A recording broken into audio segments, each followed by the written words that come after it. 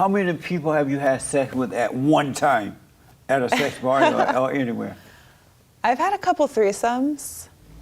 I had 2 threesomes in one night one time. Wow. Are you on the psychedelic while you're doing it?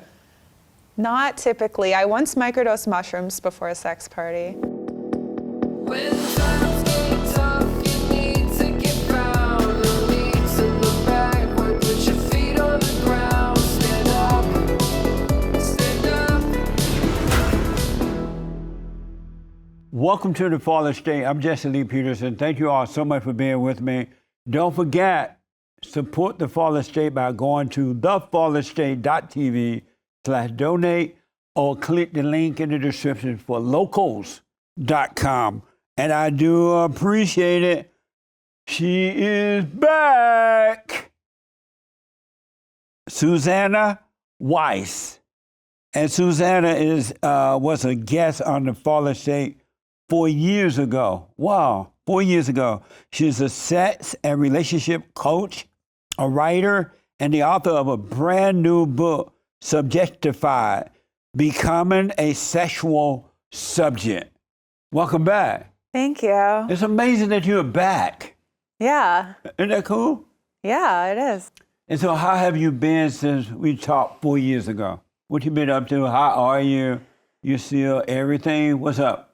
I've been pretty good. I wrote a whole book and I'm working on a new book. And I also got a master's degree and I'm working on my second one. So I've been very busy. Really? Mm-hmm. And why a second one? Because I would like to be a therapist. The first one was in sexual health, which is just my current field. And now I'm working toward becoming a therapist as well. And are you going to be a sexual therapist too? That's my goal, yeah. And what is a sexual subject? Someone who is more than an object, somebody who has and expresses their own desires and their own preferences and isn't just there to be enjoyed by somebody else, but to enjoy themselves. I don't understand. So someone that is just there to enjoy themselves? Not just, but in society, women are often objectified, often considered to be there for men's pleasure. And so this is about how women can care about their own pleasure and their own enjoyments as well. By doing what? By voicing their desires, by being aware of their boundaries, by listening to their bodies, and by just respecting their own feelings. And so is she doing this by herself, or is she doing this when she's intimate with the man? Both. But when she's intimate with the man, it's all about pleasing him, right? Not all about pleasing him. What It's else? somewhat about it, but it's about pleasing herself too. Don't you agree? But the man is pleasing her and she is pleasing him at the time, right? Yeah, well, it can be both. You know, you can be communicating your own desires and also catering to your partner's desires. I think both are important. So when you're acting out, when you're doing your due, she will be communicating to the man about how she wanted, Yeah, but she doesn't need to ask that. He already know. that would be ideal. I mean, in my experience, not all men already know. Oh, they don't? And so becoming a sexual subject is to show women how to be more into themselves and please themselves and be about them. Yeah, to please themselves first, to know themselves first, and then take that understanding to a partner. Amazing. Is this for men and women or just for women, your book? The book, I don't know, I've had some male friends read it and they say they got something out of it. It is a little more geared toward women empowering themselves, but I think men might read it to understand women better or to empower themselves as well. Oh, what a mess. The last time we were here, you said that you were non-binary everything. Are you still all that? You know, yeah, I would say so. That's a side of myself that you can use she or they pronouns, but I'm a woman. You can refer to me as a woman. All right, none of that other mess. It can be both, but you seem to have trouble with it. So. You like being a non-binary whatever thing? I mean, I think that gender, I just don't like boxes. And I think that people are much more than stereotypes. And to me, non-binary, to me, it just means I'm an expansive person. I have a masculine side to myself and a feminine side, and I don't need to be put into a box. Oh, I see. But it sounds like you're putting yourself into a box by having all those different names. That could become its own box. Yeah, that's not the goal. I mean, the goal is not to say if you have these traits, you're a woman. If you have these traits, you're non-binary. It's personal. It's not to put anyone into a box. Really? And so the last time we talked, you was a sex therapy, right? You would help with women. A coach, yeah. A coach. You still doing that kind of work too? Yeah, I'm still doing that. Oh, okay. What made you get into that? Well, until I was 25, I had never had an orgasm with a partner. And then when I figured it out, I wanted to help other people with similar issues. And I was writing about sex, so I thought, I should get a little more education and also help other people with sex. Were you how old? How old am I now? I know, how were you old when you first did that? 25. 25? So like at 25, you had your first orgasm thing. And you were like, wow, this is great. I'm going to be a sex therapist. Not right away, but over a few years, I was like, I think I got like a formula. Like I can teach other women how to do this. Really? And are you good at teaching women how to do it? I think so. I think I've gotten some feedback that. What is it's abnormal for women to have those things, the orgasm thing. It's normal for a man to have them, but it's abnormal for women to do it because women who are doing it are becoming like a man. Really? You Yeah. think? I mean, is it masculine to have a clitoris? You're just born that way. Like, what is masculine about it? Is it masculine to have a clitor? Would you say? A clitoris? Do you know what that is? That's what the woman has, right? That little thing there. Yeah. Right, but that is not for her to use like a man. And what use would constitute being like a man? Touching it at all? Don't even touch it. Wow. Except to take a shower. Except to take a shower. Yeah. Did you know that that's not normal for women to do that? Well, That's it is why women common. The great majority of women do. So what is abnormal about it? Because they're forcing themselves to do it. It's not happening naturally as it would for a man. For me, it happened naturally. Because you've been doing it for so long. And it seems natural now. But no one told me to do it. I just found it when I was like a preteen or whatever. Like, no one told me to. So isn't that natural? No.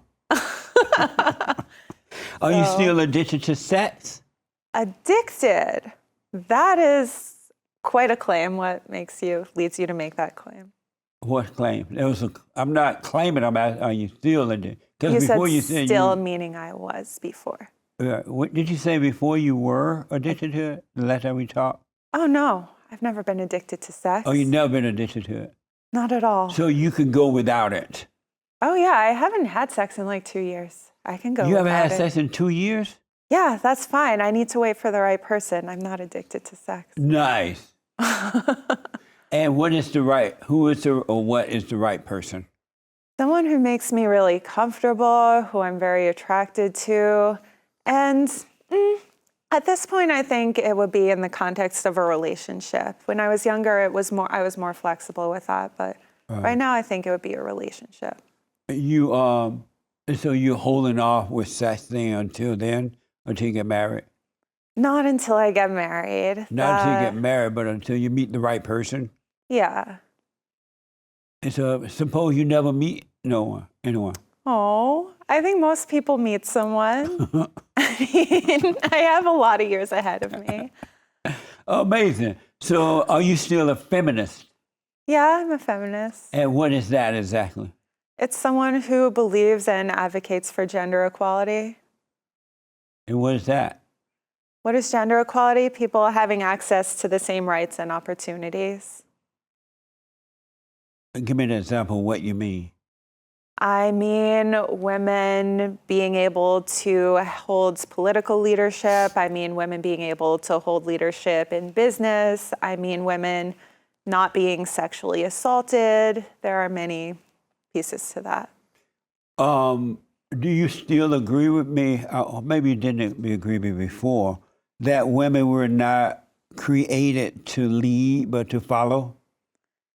Yeah, we talked about that. I don't think so, no. I mean, I think that depends on the individual. Some relationships, some women are more like that. I think I'm a little more like submissive like that, but then some women are more dominant. But even though they try to be dominated, in reality, they were created to follow instead of lead, right? Even though they try to pretend they're dominated when they're really not. But they're created to follow and not lead, right? Well, okay, so where are you getting that? That women were created to follow and not lead. It's a natural order from God. So you believe it because it's in the Bible? I know it because it's true. When you really look at the order, you notice that women are below the man and not above. She's below him. She needs him to guide her. I mean, even in the Bible, doesn't it say like love, like respect thy husband and also love thy wife? Like it is, Right. There's also a husband's duty to his wife. Right. He's supposed to love her because if not, if he doesn't love her with the right kind of love, she would be lost. Would he be lost without her? No. So men got it all figured out. And Right. women. Well, they don't have it all figured out yet. They should, but they don't. But a lot of them are working on themselves now, and they're coming back to order the way they should be because the women need the men to be right so that they can get right. I think, you know what, if two people agree to that, I think that's beautiful. But I think different people are different and people should do what works for them. Will you obey your boyfriend or husband when you get one? I mean, to an extent, not about everything. But I'll listen to him, and absolutely, if he feels strongly about something, I'll trust him. Should a man marry a woman that does not obey him? It depends on the man. I think if he's expecting her to obey him in everything and not have her own opinions, that relationship is going to have some problems. So if she is expected to have her own opinion, he should not marry her because he can't allow her to have her own opinion because they're going to always be wrong. Am I right? Well, I think, yeah, if a man thinks a woman should not have her own opinion and she wants to have her own opinion, they are not a match. Right. Absolutely. Amazing, huh? So I wanted to ask you about this study. According to several studies, female depression rate have skyrocketed since the rise of feminism. And I wanted to know, what did you think about that? I am skeptical of that statistic because we don't know that feminism is causing the depression rise just because they're timed together. It could be better diagnoses, more access to therapy. It could be, who knows, technology, loneliness. It could be a lot of things. Why do you think that it's because of that? Because women are trying to take on a role that they're not built for, they're not created for. And as a result, it's causing suicidal thoughts, depression, loneliness. A lot of them are not having children, so they regret it later that they don't have children. It's bringing on all those things, which is evil because they have gotten away from their natural state of being. Well, I don't know if feminism's to blame for that. I wish that we had more, time off for parents who are working and things like that, more social support. I don't know if that's because of women having access to equal rights, though, because they can still make their own choices and be a stay-at-home mom. And you know what? There are some women who judge women for that, but I don't think that should happen, and I certainly don't. Which is best for a woman if she's married? to be home with her children, with the children, watching over the man's children, or taking care of the house and doing women's stuff, or trying to be a mother and about working and all that? Which is best for her? I think it's best for the child that they have caregivers present. I don't think it has to be the mother. I think it could be the father, it could be the grandparents. I think that it is flexible. I think the most important thing is there is someone around to give the child love. But only the parents can give the children love. That the keeper or giver don't have love to give the other children. You think mothers have more love to give? Well, the father have it. It comes from the father to the mother to the children. No one else can do that. Why would a parent take that kind of risk with the children when the love comes from the parent, not some caregiver or anything? I don't know if that's true. I mean, some people are raised by their grandparents and turn out fine. You think it's really that rigid? No, they don't. When they're raised by the grandparents, they're screwed up. Do you have studies on this? Yes. You could send me the studies. Okay. It's for the parents to raise their children, not anyone else.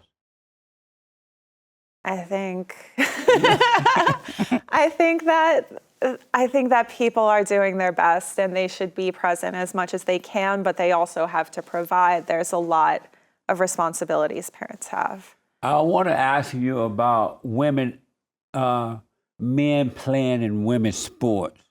Oof. What do you think about that? Should men be allowed to play in women's sports? Not men, no. You're asking about trans women. That's what you're really asking. Right. You know what? I think there are guidelines around that they have to be on estrogen for a certain amount of time. It's not men at that point. It's people who are living as women. And you could look this up. There was actually a study showing trans women are not more likely to win at sports than cisgender women. I think it's not as big a deal as people are making it. It's so few people. And I think we should just let people live their lives. So you're saying yes to that men should be allowed to play in women's sport? People who were assigned male at birth, if they transition and are living as women, I think should be allowed, yeah. You say yes, they should? Yeah. But a male that transgender to so-called woman, he's really still a male. They just took off one body part and put another part on it, right? But it's still a male, and nothing else changed, right? Other things, well, if they take hormones, and I mean, living in that gender role is a very different experience. It's not just one body part. You know what? They should do more research, keep figuring out, are they actually at an advantage? But it's really not clear right now that this is harming women. And I think we should just let people live their lives. So just let them play? I think so. And should women be allowed to play in men's sport? By women, you mean transgender men? Well, I'm really thinking both. Transgender, non-transgender, and all that mess. Well, yeah, that, I mean, what is people's issue with that? If they think trans women have an advantage, then what advantage do trans men have? That, I mean, I don't see any harm in that. But women cannot compete with real men in sport. The man has to lower his standard and pretend like the woman is winning. But who's going to do that just because there's a trans man on their team? I feel like they're just going to focus on winning for themselves. I don't think they're going to do that. So you're saying trans men, do you think normal women should be able to play in men's sport? No. You don't think normal women should play in men's sport, but the abnormal women should be able to play in men's sport? You know what? If a cisgender woman wants to play in a men's sport, I don't know, maybe they should just have an all-gender league and people should have the option to go into that. Maybe that would simplify things. Yeah, let them get their own stuff, you know what I mean? Right? I'm not going to completely agree with you, but that could be one option. Are you like a just do whatever you want kind of person? In what context? Sports, transgender, male, female, gender, sex, and everything. Just kind of each person should just do what they want, you think? Basically, yes. No, I think there should be some rules and regulations, but I'm not convinced it should be what you're proposing. Just only allow cisgender people. But you do believe there should be some rules and regulation, right? Mm-hmm. Where does it begin then? Where will we start with the rule if everybody knows what they want? Well, not everybody's doing what they want. They do have rules, as I said, that usually people have to have transitioned, have to be on hormones living as that gender. So that's what I mean by rules. Oh, I see. What a mess, huh? It is messy, but so are people. There's something else I wanted to ask you about. Hitting the wall. You ever heard that term, hitting the wall? Hitting the wall is a term used to describe the age where women lose their attractiveness and are unable to find men who want to marry them.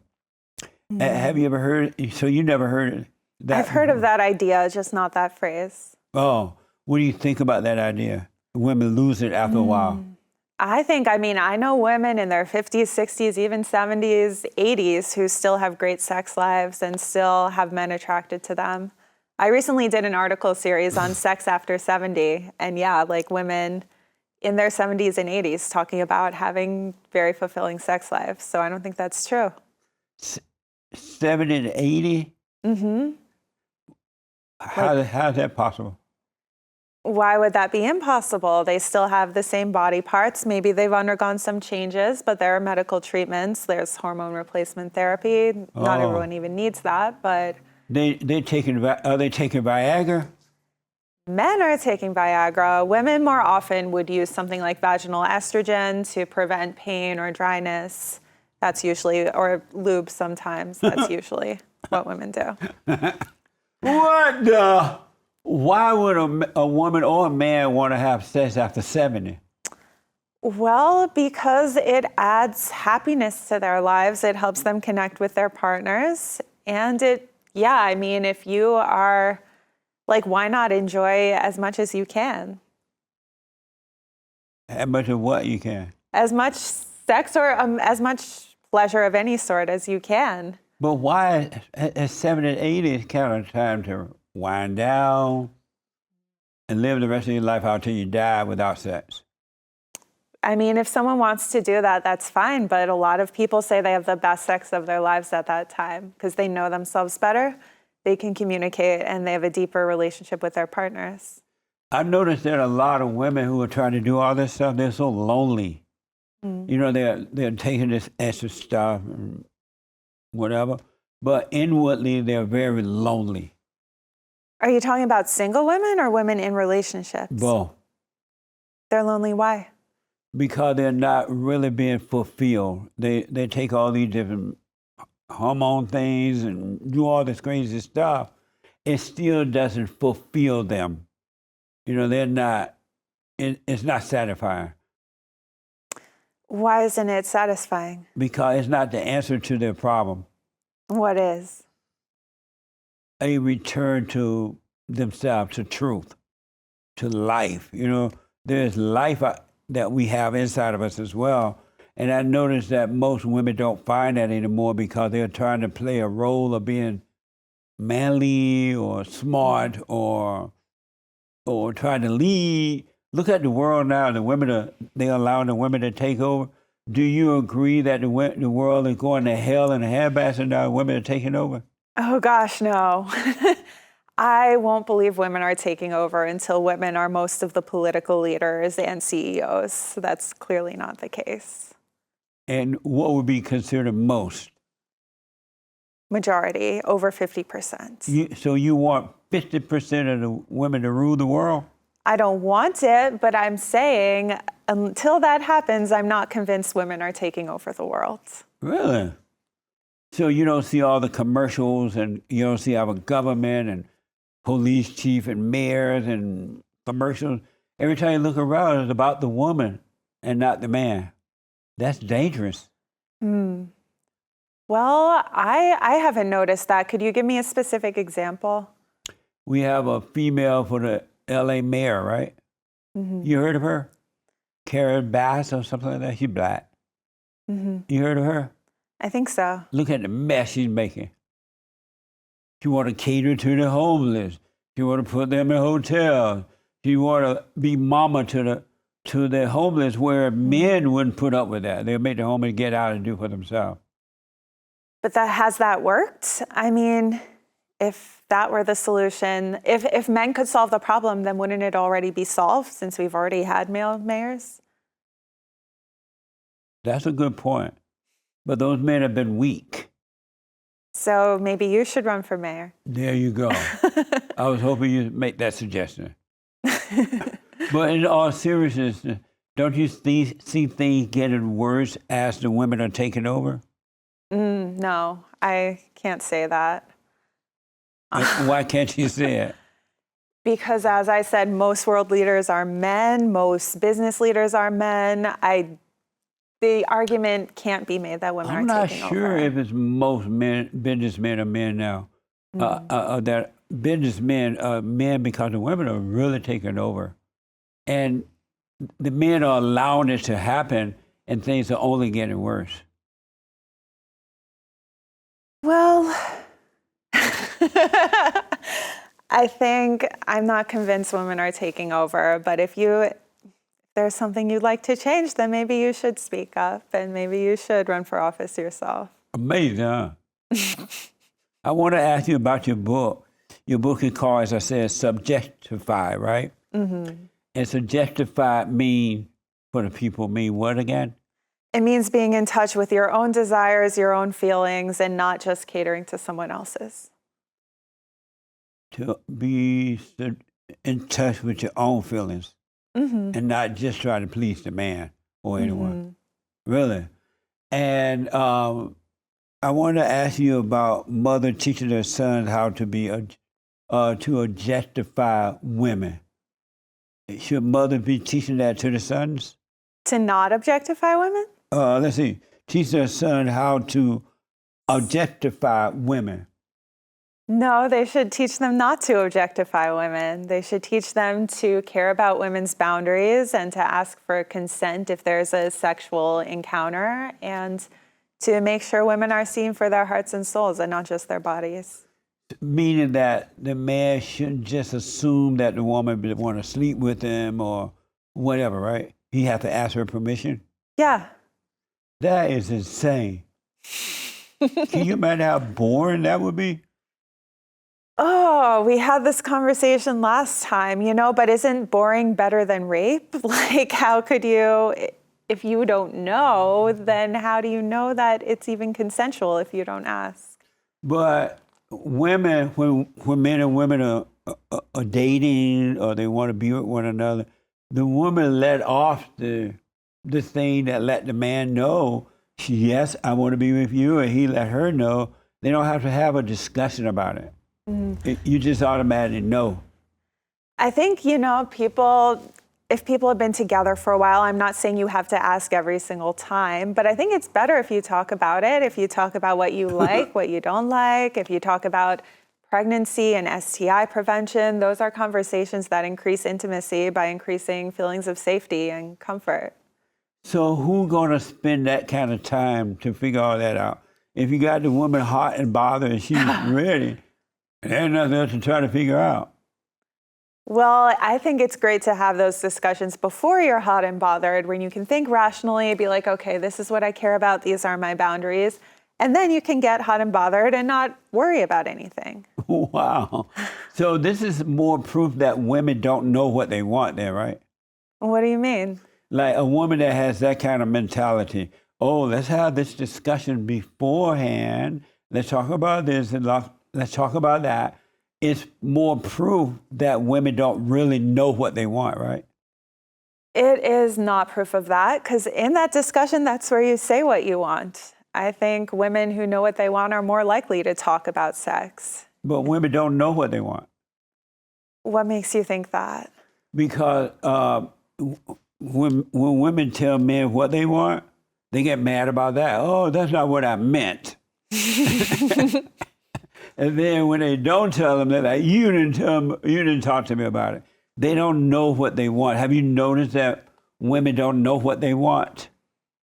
some women don't know what they want, but then that's up to her to figure that out, go to therapy and figure out what she wants, because otherwise you can't communicate it to someone else. And it could be an interplay. Maybe your partner has a suggestion like, hey, I want to do this. Okay, then you can do what he wants if you're open to it. But not knowing what you want can be dangerous, because then you might do something you regret and you're like, oh, I didn't even know I didn't want that. Like, it's better to know going in what you want and what you don't. Did you learn all this in school? In school and through experience. Really? Should a man be bothered with a woman that doesn't know what she wants?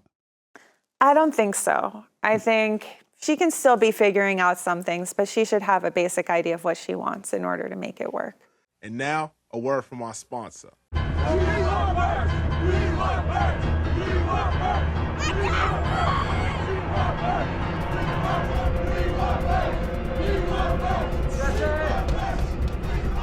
Give me the shirt. Come on. I ain't the children of the lot. Let's go. Come on. One shirt. Jesse! Jesse! What in the world going on out here? All these people are here for the merch, but we're sold out. They're here for the merch? Yeah. That's amazing. It's amazing. The merch is amazing. It's amazing. It's amazing. I also noticed that a lot of women dress like sluts now. When I was growing up, it was rare that a woman would dress like a slut. And if she did, everyone in town knew she was a slut. And they would like go behind the barn and you know, have to do with her, sex with her, right? But they would never want that slut. And now I notice that women love to look like slut. Why is that? Oh, because it's nice to feel sexy and feel wanted. Like, it's nice to, you know, get dressed up, look nice, have men look at you. Sometimes that's really nice, and it doesn't have to mean that you're going to do anything. It's just fun. But can't they do that without dressing and look like a slut? They can, but it can also be fun. Especially nowadays, it is nice to be free and to know that you aren't gonna, it's less stigmatized nowadays than it was. So I think a lot of women, like, you know, they feel confined because they've had to dress conservatively just to be respected. So it makes sense some women would rather dress a little more slutty just because now they can. But do you know that when that man is looking at the slut, all he thinks about is sex? He's not thinking, I want to marry this one. I would want this woman to be the mother of my children. It's like all he's thinking about, this is a slut, and I want this slut in bed. I think that's the man's problem. I know a lot of women, slutty women who are married, women who dress slutty and are married. I think the right man will see you for everything you are. They'll want sex and they'll want love, and they'll see you have all of that to offer. Really? And you dress fine. Would you ever dress like a slut? Oh, yeah. Occasionally. You would? Sometimes I like to go out, like, yeah, show a little bit of skin, get some attention. It's fun. So sometimes you go out dressed like a slut?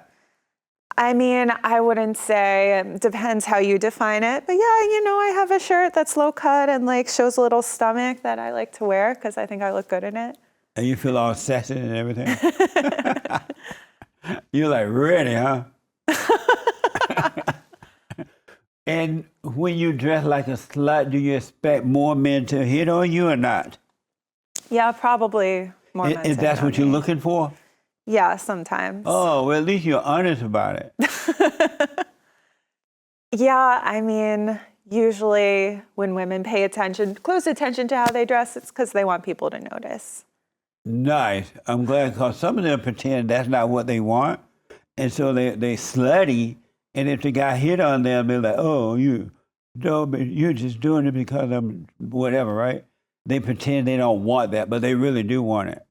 Depends what it is. I'm not saying catcalling. I'm not saying unwanted touching. I'm not saying like going right in with sexual comments, but to say like, oh, hey, you look good. Like, yeah, I want that myself. You know what I want to ask you about? And it just occurred to me. I go to the gym sometimes, and I noticed that a lot of those women have those big balloon butts. Balloon butts. You know how they have really round, big? I haven't noticed that. I'm not looking at women's asses at the gym, but What are tell those me. balloons? Oh, yeah, they have yoga ball butts. It's like everybody have a pair now at the gym.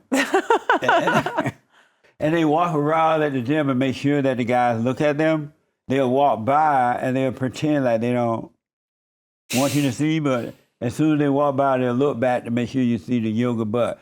What's up with all the yoga ball butts? This is news to me. I'm not going to lie. My guess is that they just want to be appreciated, that they're putting so much work into making their butts look good at the gym, and they want to be appreciated for that. But that doesn't look good. You don't think it looks It good? look like a big yoga ball.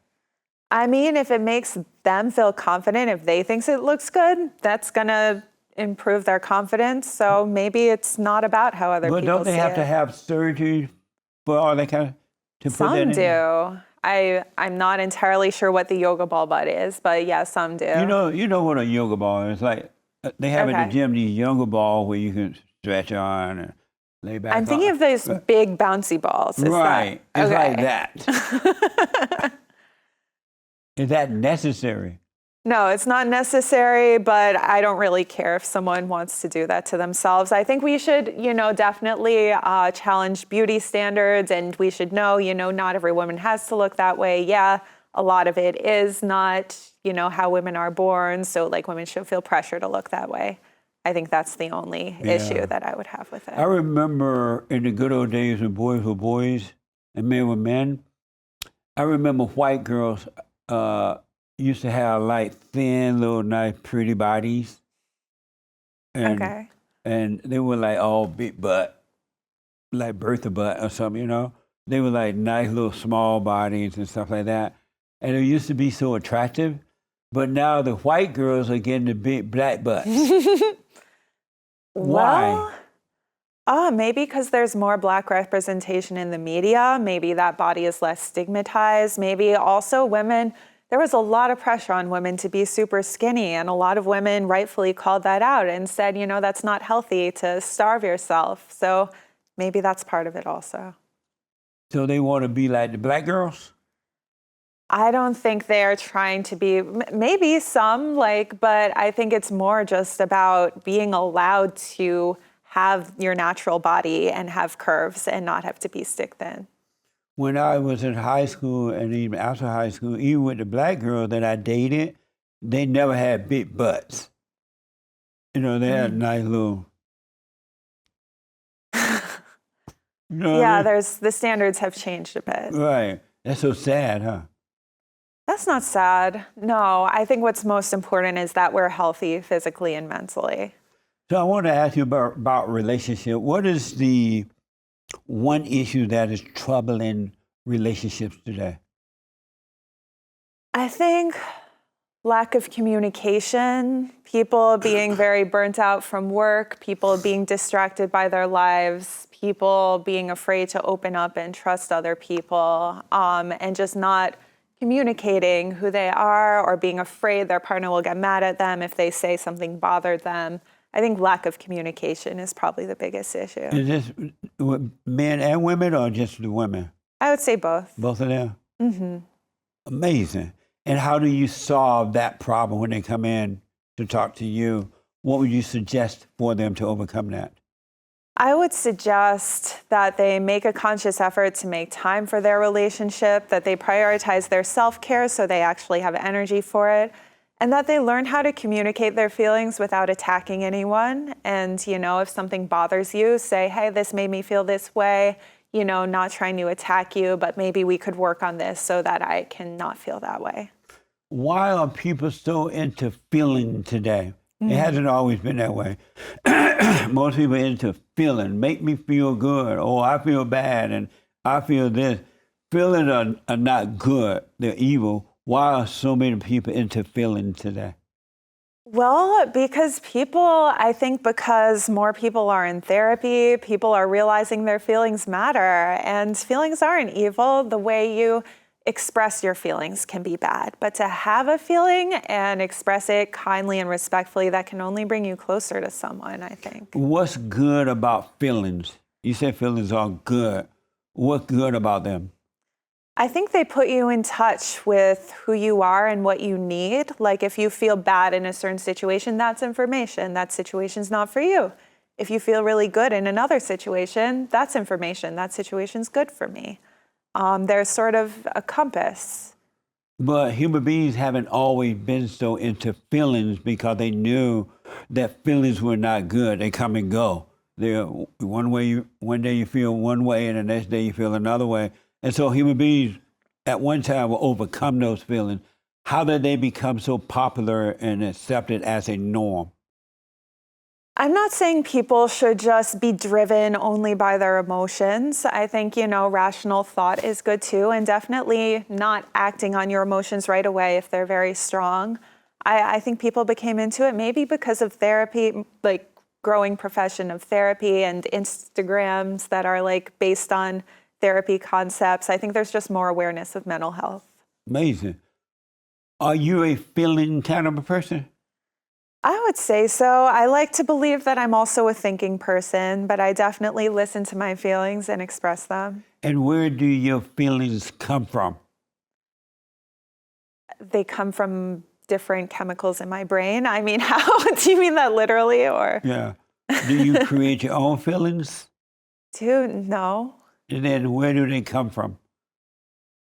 They come from neurological changes that happen in response to different situations that, like I said, let you know if that situation is good for you. And they come from other people's behavior. They can come from your own thoughts as well. They come from a lot of things. And do you create your own thoughts? You have some control over your thoughts, not always, but there's a certain level of control, and that's why we teach things in therapy, like skills to question, if you're thinking irrationally and how to think more positively. And what causes you to think irrationally sometimes? If they're not, are you saying they are your own thoughts or they're not? They are. What causes us to think irrationally? Past experiences where something similar happened and now you're being almost brought back to the past. That can cause you to think irrationally. If you are having a really strong emotion and you're acting on it right away, that can cause you to think irrationally. Really? So you believe that human beings are in control of their own thoughts? It's a combination of your own control and your culture and your upbringing and a lot of things. But they're not in control of their own thought. I think partly yes, partly no. And I think the more you become aware, the more you can be in control of them. Really? Is it possible for a human being to overcome thoughts, period, no thoughts, and just live a free life, a thought-free life? Is that possible? Not entirely. There are some meditation masters who are really good at clearing their minds and just meditating and focusing on their breath. But I think even they would say, thoughts still come in when I'm meditating, and you need thoughts to take care of yourself, to eat, to go to the bathroom. I don't think there's a human being without thoughts. Well, there are practical thoughts like that. You got to go to the toilet, you got to have a meal. But other than that, there's no need for thought. Do you have anger? Yeah? You have anger? Sure, I feel angry sometimes. And and why? Usually because somebody has mistreated me in some way. They've said something insensitive or not listened to me or something like that. Why not overcome anger so you don't have to be dealing with it? That wouldn't be an issue at all. Why not overcome anger?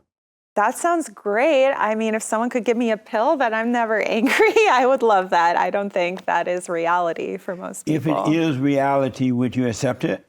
That's a good question, because like I said, your emotions point you which way to go. And if I'm angry about something, that's usually for a reason.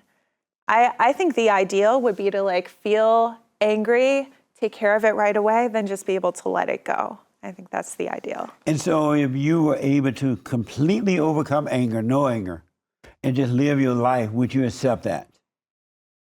That is a really deep question. No, I think anger serves a purpose, but I think the ideal is to feel angry briefly and then let it go. So you wouldn't accept it if it was given to you? That sounds really nice. That's why I'm torn, like to live a life without anger. But then how would you then know if something was wrong or if someone mistreated you? Or you wouldn't? It wouldn't matter. It wouldn't be an issue because you would be free. And then how would you make the world a better place? I mean, By becoming free, you're never going to make the world a better place if you're living in hell. Isn't that true? yeah. Angry people they have their own hell. They live in their own hell. So they're never going to make the world a better place because they live in hell. Anger also motivates people to make change in the world, though. I think it motivates a lot of activists, a lot of writers, a lot of politicians even, that they see something, they're angry about it, they want to change it. So if there was another way to have that motivation, I think a life without anger would be great. Want But me I'm to not tell sure. you how to have a life without anger? Sure. You want me to tell you? Yeah, tell Really? me. You got to forgive your mother. Your mother, of all people. She recreated you in her image. You're not yourself. You're not yourself? What do you mean by that? You are your mother and not yourself because she she recreated you in her image and played victim, and she made your father look like the bad guy. And so you became like your mother, not yourself. If you forgive her, she couldn't help herself. Her mother screwed her up.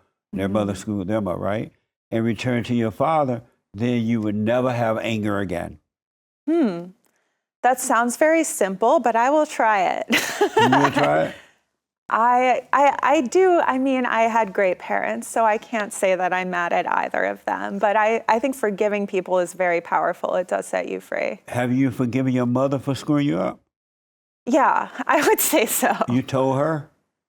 No, I don't need to tell her because she didn't screw me up. No, she screwed you up. She did? Yeah, she made you in her image. And you are your mother, you're not yourself. Forgive her so you can finally become you instead of being like her, and you'll be much happier. Is everyone screwed up from their mother, or are you Every looking? human being. Every, doesn't matter how much money, what color, male or female, where you live or don't live. Every human being is screwed up by their mother, and that's why they must return to the father.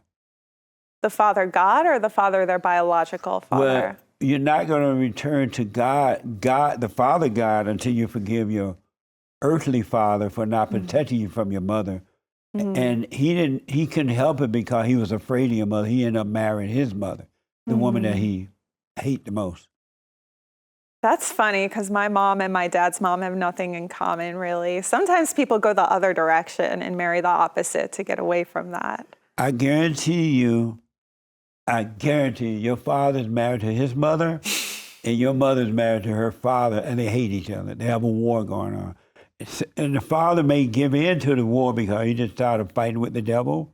He give up, right? And he let the mother just screw up the kids. But I guarantee you they're not at peace. So have you done bank this? on that. So have you done this? Yes. And you've been free from anger ever since? For the last 30-something years. Wow. And everyone that does that, they get away from anger. They overcome anger, and then they can live a peaceful life, and they can deal with life. They can take it or leave it. They're not concerned about what others think about them or say about them. They have perfect peace, and they're not looking for love or anything. So you are saying that, so what is that process of forgiveness? What does that look like? When you realize that you resent your mother, she imposed her will on you or whatever, right? And you realize she could not help herself because you became just like her, angry like your mother, insecurity and all that. And when you realize, wow, I can't help myself. Something else is making me do this. And this is not what I want to be. And then you will realize, I got this from my mother. I have to forgive her. She could not help herself. And whether she admit that she was wrong or not is not important. You forgive her, and then God will forgive you and give you back yourself. And yourself is much better than your mama. Reminds me of what Jesus said, forgive them, they know not what they've done. Absolutely. 100%. And you will be free of anger. And you will have an amazing life no matter what someone tried to do to you or not, whatever. It wouldn't matter because it would be on them, then you would be free. I'll try it. That's, I think, the most profound thing you've said. Amazing. Thank you for that. See? I told you, look to the man for the answer. Would you do that? Let me know how it goes. Okay. Yeah, let me know how it goes. And it doesn't matter if she admitted it or not, because most ego people are not going to admit that they were wrong. Mm. And then forgive your father for not protecting you from your mother. He couldn't handle your mother. He was married to his mother. He became attracted to what he hates. Mm. But forgive him too. Did your father help you deal with your mother as a little girl? Deal? I don't think there was much to deal with. My mother was he just left nice. you to her? No, both my parents were equally involved in my life. So did he protect you from your mother? I don't know there was much to protect me from. Oh, he just left you alone with her? We're going in circles here. You know what? There were times I think both of my parents stood up for me when one was maybe not being so nice to me. So I would say yes. They Forgive your mother and your father. Your father for not protecting you. I promise you, if you do it, but realize you're wrong for holding that against them, they couldn't help themselves, just as you couldn't help yourself. If you do it, I promise you, life will change for the good. And then you come out of your thoughts. All thoughts are all lies all the time about anything, and you don't create thoughts. Mm-hmm. Just think about this. You would never create a thought that would give you fear, would you? Mm-mm. But yet you do. Well, sometimes it's useful if you are outdoors and there might be bears or something. Well, I'm not talking about that kind of fear. Okay. That's a natural fear to protect yourself. But I'm talking about the fear and conflict you feel inside sometimes, and you don't know where it comes from. It's just kind of there. You don't know what to do with it. Would you ever create that kind of conflict for yourself? No. Right. I wouldn't. All that will disappear when you forgive your mother and your father, especially your mother. That's very Freudian. It's all on the mother. No, there's something to it. People's parents do screw them up, and yeah, forgiveness is very liberating. Yeah, all mothers screw up the children. They can't help it. Mm-hmm. All right, so forgive her. I gotta ask this. I tell men to date for at least 7 years before sex. Wow. And marry. Is that a good idea? Wow. I mean, one advantage is that they'll know the relationship is really based on shared values and not sex. So there is an advantage. But how many people are going to do that? That's a long time. 7 years is a long time? Yeah. And I mean, you miss out on a lot of connection and fun as well. But if you're like getting to know each other, you're not missing out on anything. Because now you're truly getting to know each other without the sex being involved, because you're not bringing in all that emotional stuff. But why 7 years? Like, I think you could accomplish that in 1 year. 1 year? To know someone and to know you have shared values and to know it's not all about sex, I'm pretty sure. No, you can't know that in 1 year. You can't wait to have sex. That's the problem.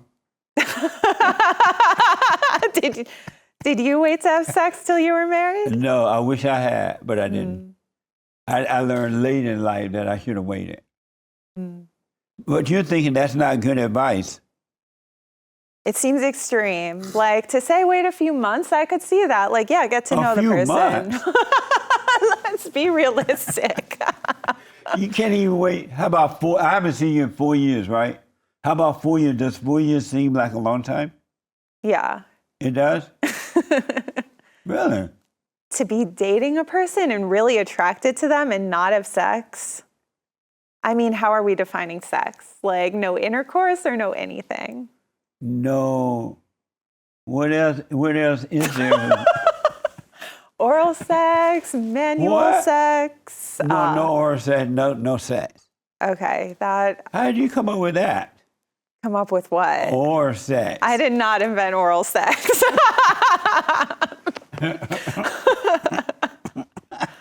Amazing. I advise men not to marry or date women with children already. But, been married before and already have children. What do you think about that? Not to Well, then they lower their pool of options. Some men, if they want to start a family from scratch, that's fine. But some men might be perfectly fine if they want to be dads. I've known men like that. They're like, sweet, I got a woman who's a package deal, and now I get to be a dad. What's wrong with that? Children don't want step parents. They only want their natural parents. And so when the mother or the father the woman bring another man into it, or another man bring another woman, it creates problems for the children because they become jealous. They want their parents' attention, right? And they become angry when their father or mother brings someone else into the picture because they only yearn for their own parents, their natural parents. But what if they don't have that? When parents do that, they're thinking about themselves. They're not thinking about the children. But what if their father left and this is their chance to have a male role model, even if it's not the same? Isn't it better than nothing? No, because if the mother, let's say the father left the mother, right? She decides, you know what, I'm going to raise my children. I'm not going to bring another man into it. I'm going to focus on me, get myself right, and just be there for my children. That's a lot. I mean, especially if she has to financially support them on her own too. I mean, you seem to feel women should stay home and men should be the breadwinners. So in that scenario, are you saying women should be the breadwinners and the caretakers? Well, if the fathers leave and they got to go to work, I understand that. But they still don't have to bring another man into the family. Because it's harder on the kids already, the father gone or the mother's gone, and they want both parents. And now they got somebody else in there, and that man that moved in with the woman or the woman with the man, he's only thinking about himself. He's not thinking about the children, period. Or she's only thinking about herself and not thinking about the children, period. I've known He's trying to get love. He's trying to get sex. I've known people who really appreciated having step-parents and stepchildren and who really did care about their stepchildren. I don't think it's that black and white. I think maybe there is a unique bond with a biological parent, but especially if you're really young, and you're like a year old and a new man shows up and is your father, would you even remember that he wasn't there when you were born? You always yearn for your parents, your father. That's the problem. That's what human beings yearn for, is their father. A return to the father. If the ultimate father is God, though, then do people even need a physical person? They're not going to get to God unless they go through their earthly father. Yeah, but again, what if that person's not there to begin with? Then they have to forgive their father. Because you're right in that a lot of the time the mothers run the fathers off, and then they tell the children, oh, your dad didn't love you, he left. And fathers don't leave their children, they leave the mother of the children. But the mother make them think they left them. And so she'll turn the children away from the father. Fathers do not leave the children, they leave the mother. You agree with that? No. Well, some fathers don't even know. What if you just had a one-night stand and got someone pregnant? You're not really leaving anyone. Right, if he doesn't know about it, and the woman not going to tell him, then I understand. One last thing I got to ask you. I should recommend that men never marry an educated woman. Because educated women don't make for good mothers and wives. That's sad for me to hear as an educated woman. Can't someone be knowledgeable and warm and nurturing? No. No, never. Why because not? educated women on an ego trip, they want to be equal to men. And so they will never make for a good wife and mother. Oh. Well, that's sad news because I can't undo my education. But I think... Would you be willing to drop your education if you found the right man and you become a wife and a mother? And forget about the education? No, there is no need. You can be educated and still be nurturing and warm and kind, and someone who listens to her husband and respects his education and his knowledge. How is that possible? That's not even possible. Oh, yeah, I think it is. Because the woman thinks she's equal to the man because she has an education. And in what ways are we unequal that you find important? God in Christ, Christ in man, man over woman and woman over children. So that's a religious-based belief. No, that's reality. And what does that look like, though? Does that mean that you can't have a say in how your children are raised? No. She should listen to her husband, and her husband, because he's on the right track, doing the right, being right, he's going to always lead the woman in the right way to raise his children. Women can't raise children without the man. She needs the man to lead her. I think that's kind of a limited worldview. I think that people are more expansive than that, and that we can have all of it, and that What? that we can be educated and great wives and great mothers. And it's not about trying to play the man's role or take over for him. It's about respecting him and also respecting yourself and listening to your own That's feelings. never going to work. I know. You can bank on that. There's not one woman that's happy living that way, and it's never going to work. And there's not one man that's in a relationship with a woman like that. It's never going to work. They have a war going on. It's a fight. No, it's not about having a war. But it is if that happens. It's not about trying to be right or to be better. It is about having two full human beings show up, listen to each other, respect each other. And yeah, putting your trust in your husband is beautiful. I would love that. But that doesn't have to mean giving up me. But you're not your education. Mm-mm. Who are you? I'm a lot of things. Who are you? I think I'm my heart and my kindness and my curiosity and my playfulness, and my education is part of it. But you yet haven't told me who you are. You told me about your education, your emotions, your kindness, your thing, but who are you?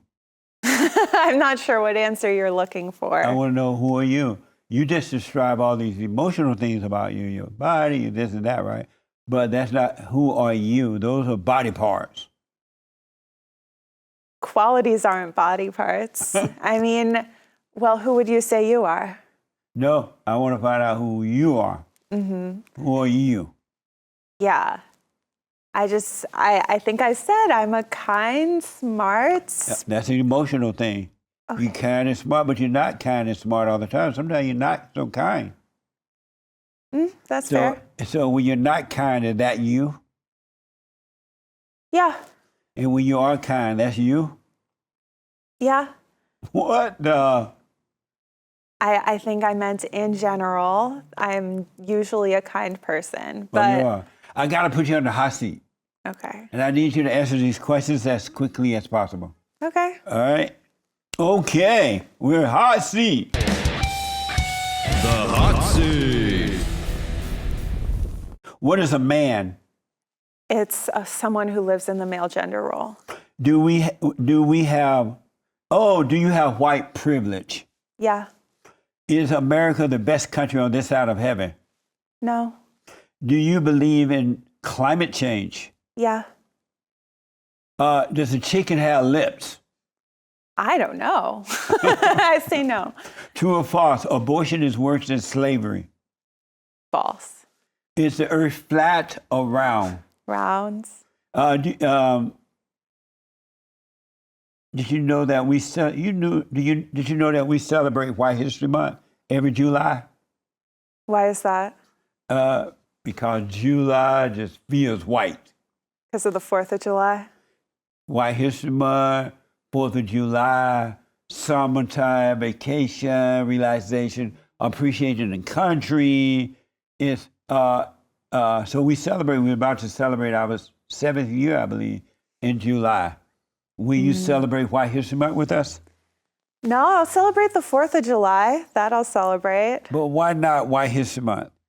Because every month is White History Month. If you think about learning about history in school, I'm pretty sure every month there were a bunch of white people in your history books. Wow. Should black people get reparations?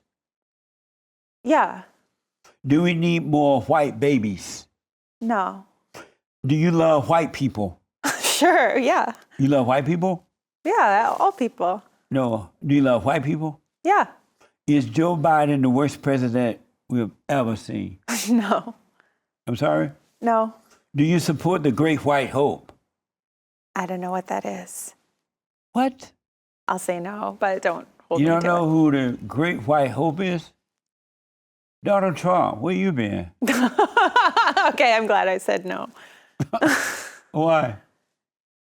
He has some very problematic attitudes toward women, toward racial minorities, toward a lot of groups of people. Really? Have you ever told anyone how the cow ate the cabbage? Mm-mm. Do you support open borders? I think so. I would need to learn more about that issue. Oh, okay. All right. Did you have fun? Yes. Thank you so much for coming in again. I totally appreciate it. Tell the folks how to get your book, your counseling therapy, or whatever you're doing, and your sex stuff. Oh yeah, if you could include links, that'd be great, like under the Yeah, video. But absolutely. find me at SuzannahWeiss. My Twitter is Suzannah Weiss. My Instagram is Weiss Suzannah. Suzannah spelled with a Z and an H at the end. And my book is called Subjectified, Becoming a Sexual Subject. You can find it on Amazon or just Google it. When women get mad and men tell them, you know what? You are really a sex subject. That might seem strange out of context, but if they've read my book and they come back and they're like, you know what, this is you? Yeah, that'd be great. Right. Well, thank you so much for coming in. Thank you all for tuning in. I absolutely appreciate it. Let me hear from you. Don't forget to like, follow, subscribe, ring the bell, and blah, blah, blah. And don't forget to check out our merch and go to locals and donate, as well as TheFallenState.TV. Let me hear from you. Thank you again. Thank you. Amazing. Nice. That was easy, right? Yeah.